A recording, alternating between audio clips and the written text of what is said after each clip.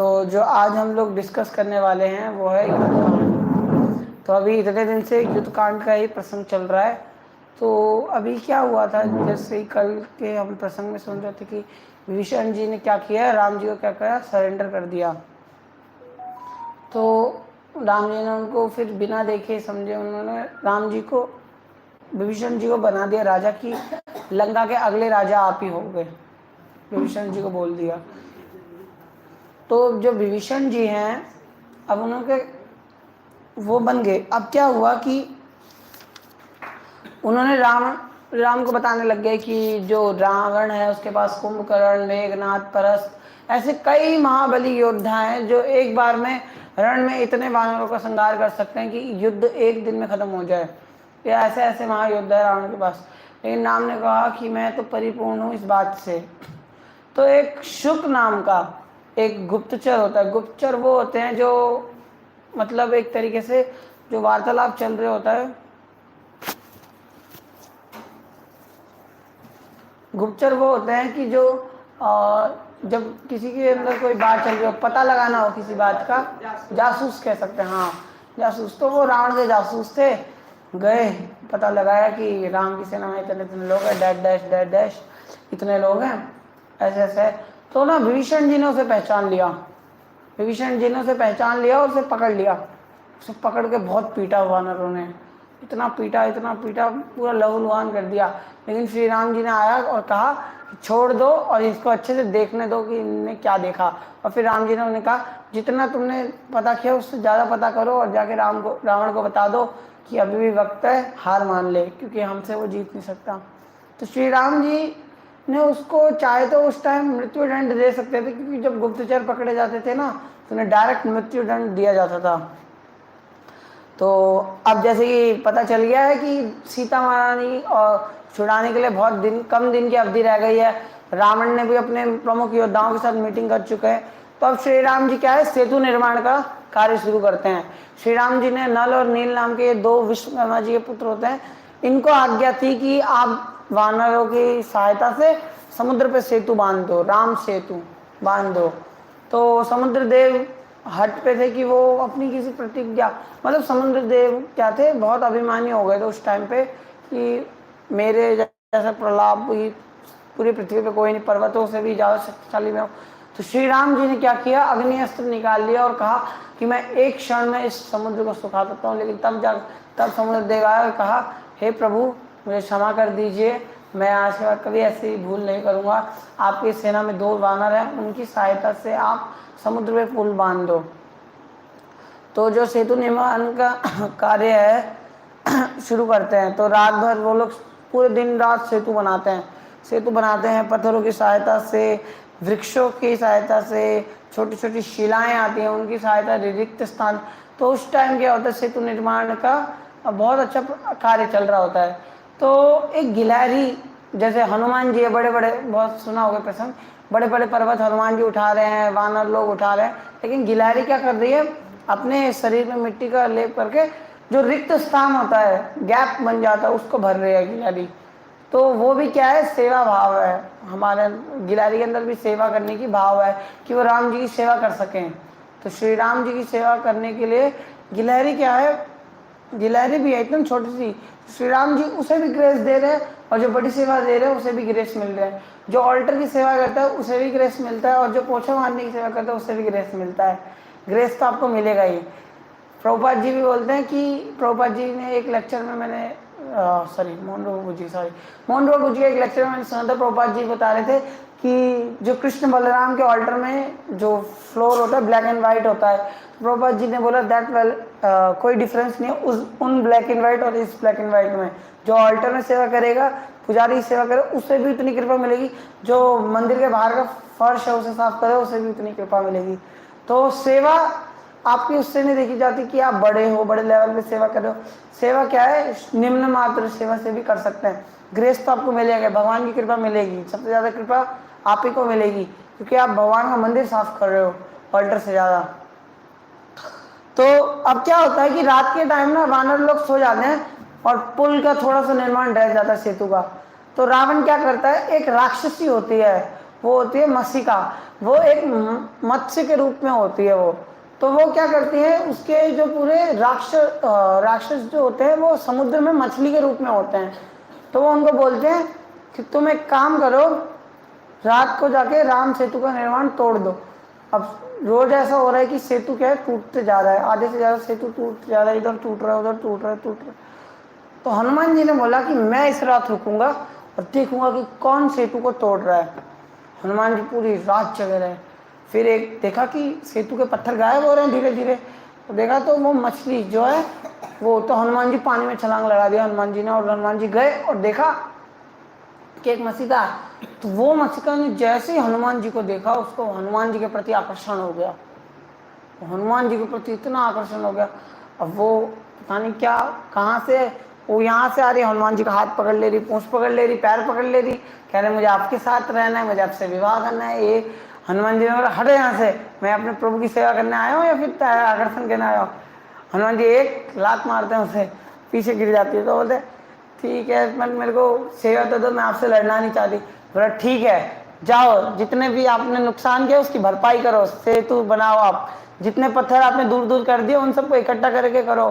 फिर क्या होता है, सेतु वो मत्स्यिका भी पूरी रात कर कर सेतु का जो बचा हुआ काम था उसको भी पूरा कर देती है।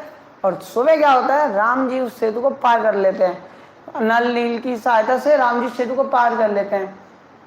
तो पता क्या होता है, सेतु में चलते टाइम ना राम जी चल रहे होते हैं, तो हनुमान जी का पैर फिसल जाता है, वो इस तरफ मुड़ जाता है। तो राम जी क्या करते हैं, उन्हें पकड़ लेते हैं, राम जी उन्हें पकड़ लेते हैं। हनुमान जी सोचते हैं भगवान ने भी पकड़ लिया, तो राम जी उनको बचा लेते हैं। फिर अब क्या करते हैं, एक गैप आ जाता है राम जी के चरणों के पास से, थोड़ा सा गैप बच जाता है। तो कहते हैं प्रभु आप मेरे हाथ पे चढ़ के उस तरफ जाइए, लंका की तरफ। तो भगवान राम क्या है, उन पर पैर रखते हैं, हाथ पे पैर रखते हैं, और हाँ राम जी पार करते हैं। तो इससे हमें एक चीज़ पता चलती है कि जितने हम्बल हम रहेंगे उतनी हम्बल हमसे सीखेंगे लोग। जैसे कि राम जी की करुणा देख रहे हो, उन्होंने हनुमान जी को बताया, तो हनुमान जी के अंदर भी भाव आया कि मैं प्रभु की सेवा करूं। अगर आप आए नए भक्त को कह दो ए पानी लेके आ, मतलब ऑर्डर दो उसे, कुछ भी पानी लेके आ, कुछ भी तो नहीं। अगर हम हम्बल रहते, जैसे नए डिवोटीज को हम कैसे ट्रीट करते हैं, अच्छे से ट्रीट करते हैं, तो वही ट्रीट क्या है भगवान ने हनुमान जी को किया। राम ने क्या किया, पूरे अपनी सेना में इतना शुक्रिया अदा करते थे। उन्होंने लास्ट वक्त में ये भी बोला कि आपको मैं अभी भी बता रहा हूँ कि जो हम लंका में लड़ेंगे तो बहुत लोग मारे जाएंगे, अभी भी आपके पास टाइम है, आप लोग जा सकते हो, अगर आपको कोई मेरे साथ है वो रह सकता है और जो नहीं है वो जा सकता है। लेकिन एक मानव ने भी पीछे पैर नहीं हटाया, उन्होंने बोला हम जाएंगे और राम की सेवा जरूर करेंगे। वानरों के अंदर इतना भाव था। तो अब क्या होता है कि जो राम सेना थी वो लंका में पहुंच चुकी है। ये प्रसंग में अब यहाँ से स्टार्ट करेंगे। तो अब रावण बहुत भयभीत हो गया, लंका में सब चिल्ला रहे। एक वानर आया था, आग लगा के चला गया, अब तो पूरी वानर सेना आई है, अब पता नहीं क्या होगा। मतलब इतना ज़्यादा डर फैल गया था हनुमान जी के प्रति। तो उन्होंने बोला कि अब क्या करें हमें। रावण ने सोचा कि अब तो कुछ नहीं हो सकता, अब ये लोग आ चुके हैं तो अब युद्ध तो होकर ही रहेगा। तो तब श्री राम जी सोचते हैं कि हमें एक दूत भेजना चाहिए। तो अंगद को भेजते हैं श्री राम जी, बाली पुत्र अंगद को। तो बोलते हैं अंगद तुम जाओ और जाकर रावण को एक मौका दो कि वो लड़ना चाहता है या फिर नहीं। तो अंगद बोलते हैं ठीक है प्रभु, मेरा तो सौभाग्य है कि मैं जा सकूं। तो फिर क्या है, अंगद जाते हैं रावण के दरबार में। रावण के दरबार में रावण एकदम एटीट्यूड में, रावण पूछता है कौन हो तुम, क्या हो, कैसे हो, किसके पुत्र हो। तो अंगद ने बोला कि मेरे पिता का नाम सुनोगे तो ये गर्व से उठा हुआ मस्तक आपका क्या है, झुक जाएगा। तो उन्होंने बोला कौन है तुम्हारे पिता। वो बोलते हैं मेरे पिता है वाली पुत्र अंगद। तो रावण अपने सिंहासन से नीचे गिर गया था जब उन्होंने वाली का नाम सुना था। जैसे ही उन्होंने सुना ना वाली पुत्र अंगद, 7 सीढ़ियां थी उनके सिंहासन से पहले, सारे ग्रहों 9 सीढ़ियां थी, तो उधर बैठे हुए थे। जैसे ही वाली का नाम सुना पूरी सीढ़ियों से नीचे गिर गया रावण मुकुट सहित। प्रजा देख रही ये क्या हो गया, महाराज गिर गए, अब तो कुछ होगा भाई। उन्होंने बोला पुत्र हो तुम मेरे पुत्र। तो वो बोलता है कि अभी भी तुम्हारे पास टाइम है, तुम एक काम करो, तुम्हारे पिता और मैं मित्र थे, तुम राम का वध कर दो और मैं तुम्हें किष्किंधा का राजा बना दूंगा। लालच होता है ना, लालच देते हैं। तो ऐसे हमें भी, हमारे उसमें भी होता है कि कुछ लोग होते हैं कि इस्कॉन छोड़ दो, आपको इससे भी अच्छी फैसिलिटीज़ मिलेगी, आप यहाँ ज्वाइन करो, इस्कॉन वाले ऐसे हैं उनको छोड़ दो, इस्कॉन वाले ऐसा करते हैं, ये करते हैं, वो करते हैं, बहुत बोलते हैं। लेकिन जो होते हैं डिवोटी वो अंगद जैसे होने चाहिए। उनका क्या भाव था कि मेरे पिता का लास्ट आदेश यही था कि मैं क्या श्री राम की सेवा करूं, तो मेरे पिता का आदेश मैं वो फॉलो कर रहा हूँ एज इट इज। तुम्हें अपनी चिंता करनी चाहिए रावण, क्योंकि तुम अभी क्या है बहुत ही निर्णायक, मतलब निर्णायक स्थिति पे चल रहे हो कि अगर तुम्हें इस वक्त नहीं बचाया गया तो लंका का महाविनाश हो सकता है। तो अंगद बोलते हैं विनाश, सॉरी रावण बोलते हैं विनाश हो सकता है, अच्छा क्या? तो बोलते हैं तुमने माँ सीता का हरण कर लिया, तुम बहुत बड़े ज्ञानी हो, तुमने ब्रह्मा विष्णु महेश सुरेश ऐसे कई देवताओं को प्रसन्न करके तुमने कई वर प्राप्त किए हैं, तुमने कितने ही राज्यों पर अपना हक जमा लिया, तुमने कई पाप वर्ष जो अपनी शक्तियां हैं उसके घमंड में तुमने क्या किया, सीता महारानी यानी लक्ष्मी का क्या है हरण कर लिया। उस भूल को सुधारने का राम जी आपको एक और अवसर देते हैं और कहते हैं कि ये रण छोड़कर आप चले जाओ। आपको बोलते हैं आप सीता जी को छोड़ दो, प्रभु श्री राम आपको क्या है माफ कर देंगे। मतलब राम जी का देख रहे हो कि अभी भी अगर हम लोग चाहे ना, राम जी चाहे तो रावण पे हमला कर सकते हैं। तो लेकिन क्या है कि राम जी के अंदर नहीं है कि नहीं हमें एक मौका देना चाहिए। अगर पापी से पापी व्यक्ति राम जी की शरण में आ जाए ना, राम जी उसे माफ कर देंगे। विभीषण को कर दिया तो क्या कहा था कल हमारे लेक्चर में बता रही बहुत सुंदर, श्री राम जी ने कहा अगर इस समय रावण भी आकर मुझसे कहे ना कि मैं हार मानता हूँ तो मैं उसे खुशी खुशी माफ कर दूंगा। तो मैं माफ करना चाहता हूँ, लंका से तो मेरा लड़ने का नहीं, सीता लौटा दो तो युद्ध होगा ही नहीं। लेकिन रावण भी अपनी हट पर था। रावण ने कहा कि सीता कोई ऐसा उपहार नहीं है जो मैं तुम्हें दे दूं, सीता एक अब ऐसा मेरा मनोबल बन चुका है, मेरा आत्म संयम बन चुका है जिसे युद्ध कर कर बाहुबल से ही जीता जाए। तो फिर अंगद ने कहा बाहुबल से तो श्री राम ने जीता था, आपने तो जीता ही नहीं। जिस श्री शिव धनुष का आप तिल मात्र उठा नहीं पाए उसे श्री राम ने तिनके की तरह से तोड़ दिखाया। तो ये बल श्री राम में है। जिस बाली ने आपको 6 महीने मतलब अपनी काक मतलब कोने के अंदर दबा के रखा था, उसको उन बाली को मतलब मेरे पिता बाली को उन्होंने कहा अंगद ने, श्री राम जी ने अपने एक बाण से धराशायी कर दिया। ऐसे हैं मेरे प्रभु श्री राम, ग्लोरी कर रहे हैं रावण के सामने। यहाँ रावण का ब्लड प्रेशर बढ़ता जा रहा है कि यार इतना कैसे। अब रावण ने सोच लिया, जा कह दे अपने राम से कि अब तो युद्ध होकर रहेगा।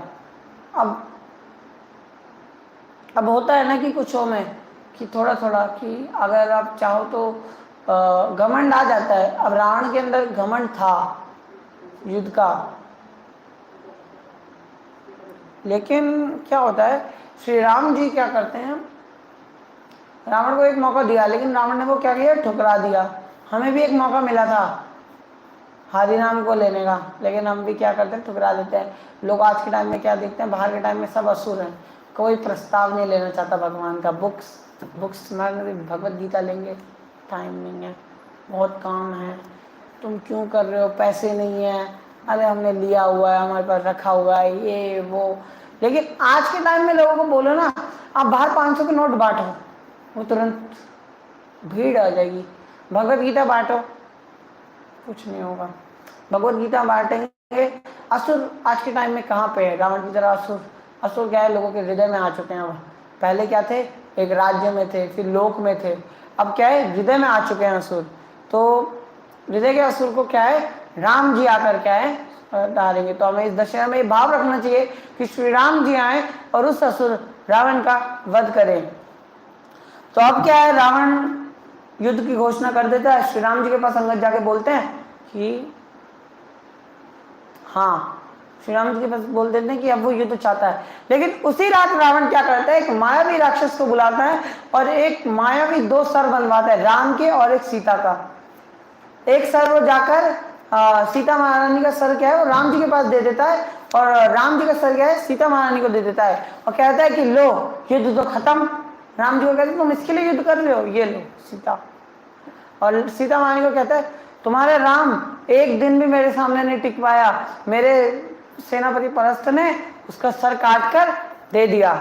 लो तो अब क्या है, सीता महारानी वो, तो इससे भी एक बहुत अच्छा पॉइंट निकलता है। तो एक हाँ, त्रिजटा नाम की एक राक्षसी थी, वो सीता महारानी के साथ ही रहती थी। तो उन्होंने बताया कि ये सब क्या है, माया है, माया। आज के टाइम में लोग क्या है, भौतिक संसार की माया के अंदर फंसे हुए हैं। भौतिक संसार की जो माया है इसके अंदर फंसे हुए हैं। क्या माया जो है नहीं उस पर विश्वास कर रहे हैं, है नहीं वो श्री राम का सर, लेकिन बार बार वो विश्वास कर लिया। सीता महारानी के अंदर आया कि शायद ये हो सकता है, नहीं, बट वो तो सीता महारानी का भाव तो अलग ही है। लेकिन जो श्री राम जी के प्रति आज के टाइम में देखा जाए ना, अगर बोल दिया जाए ना कि इस्कॉन वाले ऐसे हैं तो वो ऐसे ही हैं, लेकिन वो होंगे नहीं ऐसे। जैसे एक बहुत अच्छा आरोप हम पे लगा दिया गया, लेकिन वो वृद्धि मात्र भी हम पे सूट नहीं कर रहा, कि बोलो इस्कॉन वाले गाय चुराते हैं, गाय को बेच देते हैं कसाई खाने में। लगता है ऐसा हो सकता है? नहीं। श्रील प्रभुपाद जी ने गायों के लिए गौशाला बनवाई है। इतना बड़ा जमीन जो वृंदावन में था वो प्रभुपाद जी क्या है, भगवान की सेवा में भी लगा सकते थे वहां पर, लेकिन प्रभुपाद जी ने गौशाला बनाया उधर। क्यों? क्योंकि गौ की भी सेवा होना जरूरी है। लेकिन ऐसे में आज के टाइम में अगर लोग बोल देना कि इस्कॉन वालों के पास बहुत पैसा है, जैसे हम खान मार्केट गए थे बुक डिस्ट्रीब्यूशन पे, एक व्यक्ति कह रहा कि इस्कॉन वालों के पास बहुत पैसा है, तुम्हें बुक्स बांटने की क्या जरूरत है, हैं? तो मैंने बोला इस्कॉन वाले के पास पैसा है तो आप क्यों नहीं आते? कह रहे मेरे को आने का नहीं, मेरे को पैसे कमाने हैं। मैंने बोला हम एक चीज़ से पैसे कमाते हैं, श्रील प्रभुपाद की बुक्स। कह बुक्स? मैंने बोला हाँ मेरे को बुक्स। कह तुम्हारे पास पैसे कम पड़ गए? नहीं, पैसे को कम नहीं पड़े। मैंने सुना है न्यूज़ में सूर्य कंपनी का डोनेशन दे रहा है, सोनू सूद, ऐसे बड़े बड़े स्टार तुम्हें डोनेशन देते हैं, फिर भी तुम्हें क्या है, कमी पड़ रही है। तो आज के टाइम में लोग जो सुन लेते हैं ना, मतलब आज के टाइम में सही बताऊं, ये कटा हुआ सर क्या मान सकते हो, मायावी सर। आपके टाइम में आज का ये सर को आप नाम दे सको ट्रेंड। ट्रेंड जो ट्रेंड होगा उस पर विश्वास होगा लोगों को। अगर आप ट्रेंड बना दो आप गणेश जी का, उस पर विश्वास कर ले। ट्रेंड बना दो किसी की बुराई का, उस पर विश्वास कर ले। ट्रेंड बना दो हिंदुइज्म के निंदा का, सनातन धर्म की निंदा का, वो भी ट्रेंड बन जाएगा। तो ये क्या है, आज के टाइम की माया है। ये जो ट्रेंड है ना, यही आज के टाइम की माया है, जो आज के टाइम में लोग उसमें फंसे हुए हैं। लेकिन श्री राम जी को भी विभीषण के थ्रू पता चल जाता है कि ये क्या है, ये सीता का साथ नहीं है। तो अब क्या है, रावण के पास और कोई चारा नहीं है। रावण बोलता है कि मेरी ये योजना भी असफल हो गई, तो अब आक्रमण ही होगा। तो परस्त को बोल के 10 दिशाओं से राक्षसों की एक बहुत बड़ी सेना बुलाता है। रावण 10 दिशाओं से राक्षसों की सेना बुलाता है और कहता है कि अब युद्ध होकर रहेगा। राम ने जंगल के कुछ पशु पक्षी इकट्ठा करे हैं और उससे मुझे चुनौती देने आया है। लंकापति रावण को चुनौती देने आया। तो वो कहते हैं कि मैं राम का वो हाल करूंगा कि भूत भविष्य और वर्तमान कि कोई आज तक कभी लंका पर आक्रमण नहीं कर पाएगा। तो अगर अब क्या है, हमारा जो युद्ध कांड है इसको स्टार्ट कर दिया है। मतलब आज मैं युद्ध कांड का थोड़ा स्टार्ट कर रहा हूँ, बाकी दिन जो डिवोटीज हैं वो बताएंगे कि किसका कैसे कैसे वध हुआ। तो अब क्या है, युद्ध कांड की सबसे पहला दिन स्टार्ट होता है डे 1। डे 1 के दिन क्या है, रावण ने अपने सबसे तगड़े पुत्र इंद्रजीत मेघनाथ को एक कार्य दिया था कि कैसे भी करके आज शाम तक मुझे ये मैसेज मिलना चाहिए कि राम और लक्ष्मण युद्ध में मारे गए। और भी महाबट योद्धाओं को उन्होंने भेज दिया। युद्ध स्टार्ट हो गया। ऐसा घमासान युद्ध हुआ, मतलब पहली बार संसार में त्रेता युग के समय ऐसा घमासान वानरों और राक्षसों के बीच युद्ध हुआ। ऐसा घमासान युद्ध, देवता सब लोग क्या थे, आकाश में थे। इसमें एक बहुत अच्छी पिक्चर है, रावण का वध हो रहा है, शिव जी ब्रह्मा जी सब लोग आकाश में देख रहे हैं कि ये क्या इतना घमासान युद्ध हो रहा है, पूछो मत। वृक्ष, पत्थर, गदा, तीर, कमान, अक्षय शस्त्र, कई ऐसे शस्त्रों से युद्ध चल रहा है, भयंकर तरीके से युद्ध चल रहा है। दोनों तरफ के वीर क्या है, मारे जा रहे हैं। तो इसी बीच में 2 वीर आपस में टकराते हैं, इनका नाम है लक्ष्मण और मेघनाथ। तो लक्ष्मण जी क्या है, फर्स्ट टाइम जब मेघनाथ से फर्स्ट डे में ही लड़ते हैं, तो वो क्या करते हैं लक्ष्मण जी, उन पे 10,000 तीर चलाते हैं लक्ष्मण जी, तो मेघनाथ अपना एक अस्त्र चलाता है और वो सारे डिफ्यूज हो जाते हैं उसी समय। मेघनाथ बहुत शक्तिशाली था। इंद्रजीत, उसने क्या किया था, एक बार इंद्र को अपने ऐरावत हाथी सहित धरती पे ले आया और बंदी बना लिया। अब स्वयं ब्रह्मा जी को आना पड़ा और कहा कि भाई छोड़ दो इंद्र को। फिर उन्होंने एक वरदान में मांगा कि मेरे को कोई पराजित ना करे। तो ब्रह्मा जी ने कहा कि अगर तुम निकुंभला यज्ञ कर कर जाओगे युद्ध में तो तुम्हें कोई पराजित नहीं कर पाएगा। तो इंद्रजीत का बहुत ताकतवर योद्धा रामायण का, बहुत ही सबसे ज्यादा शक्तिशाली जो इंद्रजीत है, उसने ऐसे ऐसे पराक्रम किए। उसने हनुमान जी को भी युद्ध में अपने सामने कैसे भी विवेश करने के लिए पूरा हो गया। मतलब जो रावण के पुत्र अक्षय कुमार था वो नहीं कर पाया, लेकिन जो मेघनाथ था उसने अपने एक ही बाण मतलब ब्रह्मास्त्र को चलाया, हनुमान जी को हरा दिया। रावण की एक लौती उम्मीद है मेघनाथ। रावण चाहता था कि मेघनाथ जीत जाए इस युद्ध में, इस जीत में अगर हम जीत जाए तो मेघनाथ को मैं अयोध्या का राजा बना दूंगा। लंका नरेश तो है हम, अयोध्या नरेश भी हम बन जाएंगे। रावण ने ये सोच लिया था सीता के साथ अयोध्या भी मेरी हो जाएगी, लेकिन राक्षस जो सोचते हैं ऐसा थोड़ी ना होता है। तो युद्ध का जो होता है तो क्या करते हैं, नागपाश एक बहुत ही शक्तिशाली अस्त्र होता है, नागपाश, इसमें नाग होते हैं। तो मेघनाथ क्या करता है, अदृश्य हो जाता है, माया का प्रयोग करता है। माया उस टाइम में असुरों के साथ हमेशा साथ देती थी, लेकिन असुरों को लगता था वो उनका फायदा करे, लेकिन सबसे ज्यादा नुकसान माया ही करती है उनका। तो वो क्या करती है, वो क्या करते हैं, नागपाश छोड़ देता है और राम लक्ष्मण उसमें बन जाते हैं। हाँ? राम भी होते हैं उस समय,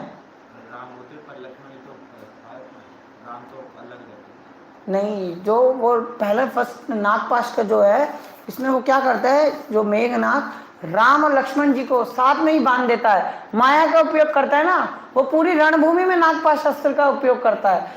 मेघनाथ की माया ऐसी थी कि वो एक अस्त्र छोड़े तो वो 1000 10,000 के बराबर होता है। उसके पास एक ऐसा अस्त्र भी था कि जो एक बार छोड़ दे तो युद्ध भूमि में जितने सैनिक है जब तक खत्म नहीं होगा वो अस्त्र चलता रहेगा। मेघनाथ इतना शक्तिशाली था, तो उसने राम लक्ष्मण सबको बांध दिया नागपाश में। अब साइलेंट हो गया पूरी युद्ध भूमि, सब नागपाश में बंधे हुए हैं, हनुमान जी, जामवंत जी और विभीषण जी को छोड़कर, क्योंकि ये तीनों क्या है, चिरंजीवी हैं, जामवंत जी, हनुमान जी और विभीषण जी। चिरंजीवी मतलब होता है कि अमरता का वरदान होता है कि वो जीवित हैं, अमर है, उनको कोई मार नहीं सकता, युग युगांतर तक रहेंगे। अमर राक्षस होना चाहते थे लेकिन भक्ति जिनकी होती है वो होता है। तो क्या होता है कि मेघनाथ के नागपाश के कारण क्या होता है, हनुमान जी गरुड़ देव को प्रार्थना करते हैं कि आप आइए और क्या है, मेघनाथ जी के इस नागपाश से हमारी रक्षा कीजिए।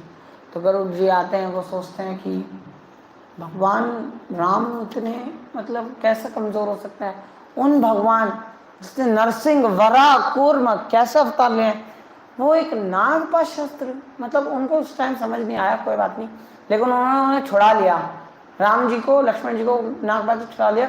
और लक्ष्मण जी कहते हैं और राम जी कहते हैं आपका बहुत बहुत धन्यवाद, मैं आपको पहचान नहीं पाया, लेकिन आपकी वजह से मैं नागपाश के अस्त्र से भी बच पाया। तो जो क्या है, लक्ष्मण जी क्या करते हैं, लक्ष्मण जी बहुत प्रबल होते हैं। लक्ष्मण जी उनसे कहते हैं कि मैं भी आपको पहचान नहीं पाया, मैं तो श्री राम क्या कहते हैं, कहते हैं कि हमारा एक गरुड़ जी कहते हैं कि प्रभु जब आप ये लीला खत्म करोगे तब हमें आपको पता चलेगा कि मैं आपका सेवक हूँ, आपका दास हूँ, मैं आपकी सेवा कर रहा हूँ। तो ग्लोरी क्या है, भगवान अपने भक्तों के बढ़ाना चाहते हैं। भगवान ने गोवर्धन लीला में गोवर्धन पर्वत उठाया, ग्लोरी किसकी बढ़ी, गोवर्धन पर्वत की। और भगवान ने लक्ष्मण जी को जब शक्तिमान लगा तो उसमें किसकी ग्लोरी बढ़ी, हनुमान जी की। और अब किसकी ग्लोरी बढ़ी है, गरुड़ देव की। तो भगवान क्या है, अपने भक्तों की ग्लोरीज बढ़ाते हैं। भक्त क्या है, भगवान की ग्लोरीज बढ़ाते हैं, और भगवान क्या है, भक्तों की ग्लोरीज बढ़ाते हैं, कॉम्पिटिशन चलता रहता है। तो अब क्या है, जो राम जी के ये जो चलता है इसके प्रति क्या होता है कि हनुमान जी बोलते हैं कि अब हमें ना जय जयनारा करना चाहिए आपके नाम का, क्योंकि जो लंका में सब सोच रहे हैं कि राम और लक्ष्मण मारे गए, तो वो दिन चिल्लाते हैं जय श्री राम जय श्री, चिल्लाते हैं। तो वो देखते हैं, रावण देखते हैं बाहर आके, ये जिंदा कैसे हैं, इनको तो मेरे पुत्र ने मार गिराया। तो क्या होता है कि नाग पाश के उससे भी क्या है वो मुक्त हो जाते हैं। तो अब 5 मिनट और, तो अगले दिन डे 2 भेजते हैं, डे 2 में युद्ध का। अब ये युद्ध क्या है, राम जी की सेना की तरफ क्या है प्रबल था। राम जी ने सोच लिया इस बार युद्ध में जो आया उसका वध जरूर होगा। तो राम तो क्या है, रावण के 2 कुंभकर्ण के 2 बेटे हैं, कुंभ और निकुंभ, उनको भेजा कि जाओ और जाके सबको परास्त करके आ जाओ। राम जी के बाणों से, राम लक्ष्मण के बाणों से राक्षस सेना तो घाताहत हो रही थी, लेकिन सबसे ज्यादा जो राम जी के सैनिक थे ना, ये नल नील अंगद जामवत, ये सब लोग बहुत शक्तिशाली थे। तो इन्होंने क्या किया, श्री राम जी ने नल को भेजा कि तुम जाओ और क्या है निकुंभ और कुंभ का वध करो। तो नल क्या है निकुंभ का वध करता है और हनुमान जी क्या है कुंभ का वध कर देते हैं।